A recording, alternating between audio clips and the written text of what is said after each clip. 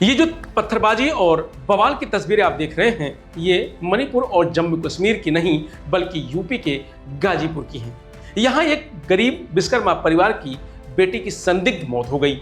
आरोपी उच्च जाति के हैं। जब परिवार की मदद के लिए डेलीगेशन पहुंचा तो आरोपियों ने पुलिस और डेलीगेशन पर जमकर पत्थरबाजी की, जिसमें कई नेताओं के साथ साथ पुलिसकर्मी भी घायल हुए हैं। गाजीपुर के करंडा थाना क्षेत्र में एक युवती की संदिग्ध मौत ने पूरे इलाके को आग में झोंक दिया है। लाश मिली तो सवाल उठे। जब सवाल के जवाब मांगे गए तो जवाब में पत्थरबाजी मिली। कानून व्यवस्था पर फिर लगा बड़ा सवालिया निशान। करंडा की यह घटना सिर्फ एक मौत ही नहीं, यह सिस्टम पर सवाल है।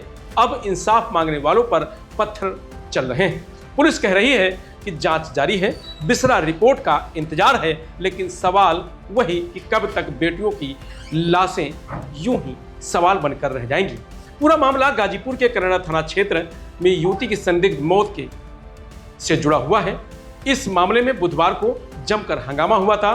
करंडा थाना क्षेत्र के कटरिया गांव में बवाल के बाद पत्थरबाजी होने की घटना घटी थी।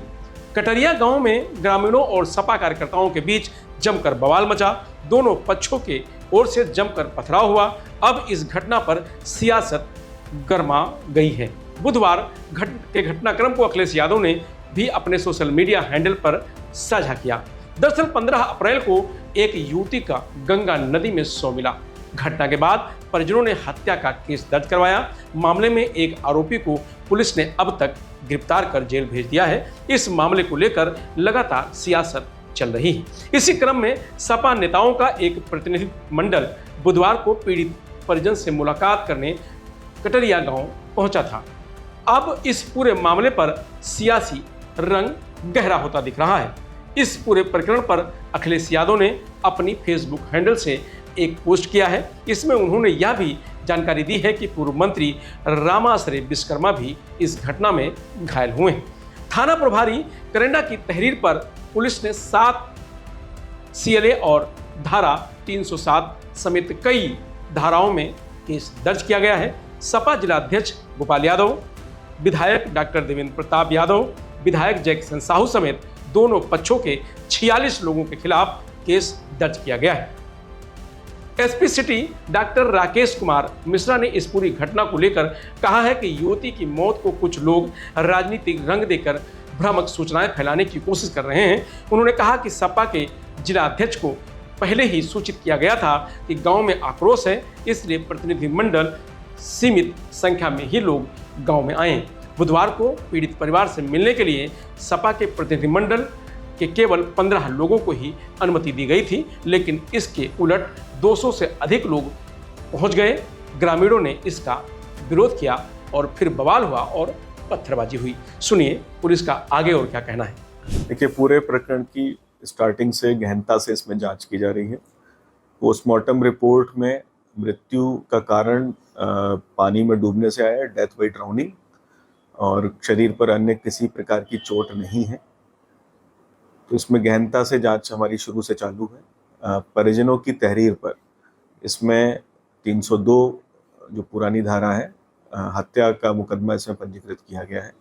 जो लड़का था उसको हिरासत में लेके जो मुख्य आरोपी था उसको जेल भेजा गया है। इसमें जानकारी के लिए आपको बता दूं, लड़का लड़की काफ़ी समय से एक दूसरे को जानते थे। लड़के ने लड़की को एक फ़ोन दिया था, उससे ही दोनों संपर्क में रहते थे और दोनों का एक अच्छा संबंध भी काफ़ी समय से था। तो इसके बाद घर वालों को ये पता चला था, तो घर वालों ने इस बात का विरोध भी किया था। घटना की रात को लड़का लड़की के मध्य जो कॉल रिकॉर्ड्स का अवलोकन किया गया, लंबी बातचीत है, कई घंटे की बातचीत है। उसके बाद लड़की रात में अपने घर से निकली है और लगातार संभवतः लड़का भी उसके साथ में कुछ देर के लिए निकला है। दोनों कुछ देर के लिए संभवतः साथ भी रहे। जो हम कॉल रिकॉर्ड से अभी तक अवलोकन किया है उसको भी हम और गहनता से हम लोग देख रहे हैं। फिर उसके बाद जब घर वालों को ये बात पता चली है तो घर वालों ने कई राउंड जो लड़की है उससे बातचीत करते रहे। काफ़ी लंबी और छोटी कई कॉल्स उनके द्वारा लगभग 3 घंटे तक लड़की से थोड़ी थोड़ी देरी में बातचीत होती रही है।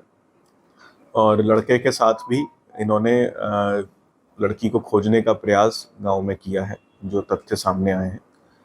और कुछ समय बाद लड़की का जो मूवमेंट है कॉल रिकॉर्ड के आधार पर एवं सीसीटीवी के आधार पर, नदी की तरफ 2 कैमरा भी मिले हमको सीसीटीवी, जिसमें लड़की अकेले नदी की तरफ जाती हुई दिख रही है, जो करंडा वाला हमारा पुल है, करंडा जमनिया को कनेक्ट करता है।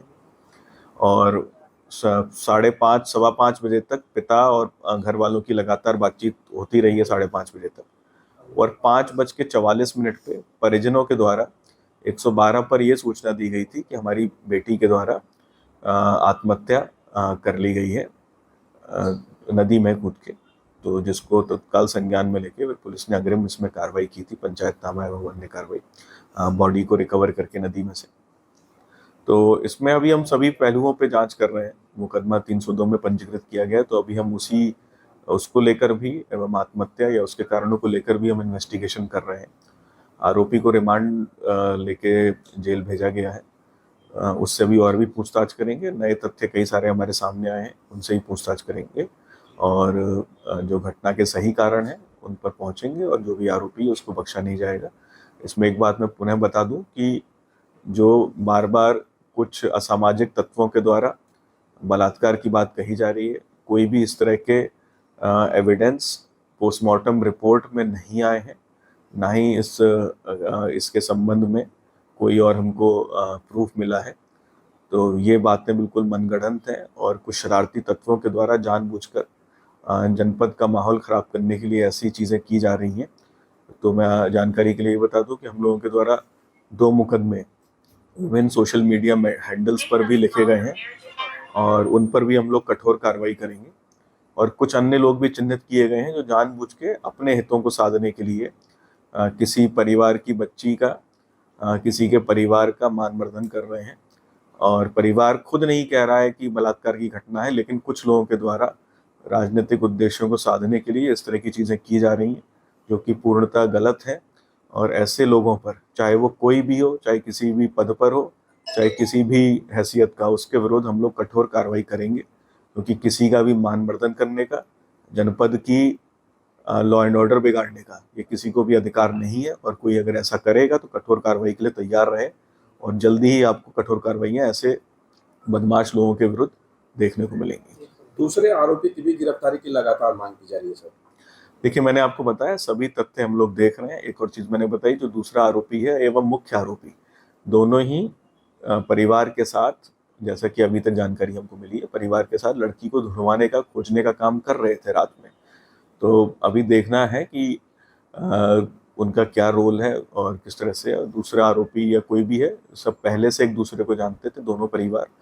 तो सभी गहनता से इसमें जांच की जा रही है और इसको कुछ लोग गलत रंग देने का प्रयास कर रहे हैं। ऐसे लोगों को भी चिन्हित हमारे द्वारा किया गया, कईयों के विरुद्ध कार्रवाई हुई, औरों के विरुद्ध भी जल्द ही कार्रवाई देखने को मिलेगी। पीजीएम रिपोर्ट में फाइनल क्या रिपोर्ट निकल के सामने आई? पोस्टमार्टम रिपोर्ट में जैसा कि मैंने आपको बताया कि मृत्यु पानी में डूबने के कारण हुई है, शरीर पर एक भी अन्य चोट का निशान नहीं है, और कोई भी जो दुष्कर्म की बात कही जा रही है कुछ शरारती तत्वों के द्वारा, कोई भी दुष्कर्म के चिन्ह या इस तरह की चीज़ नहीं मिली है।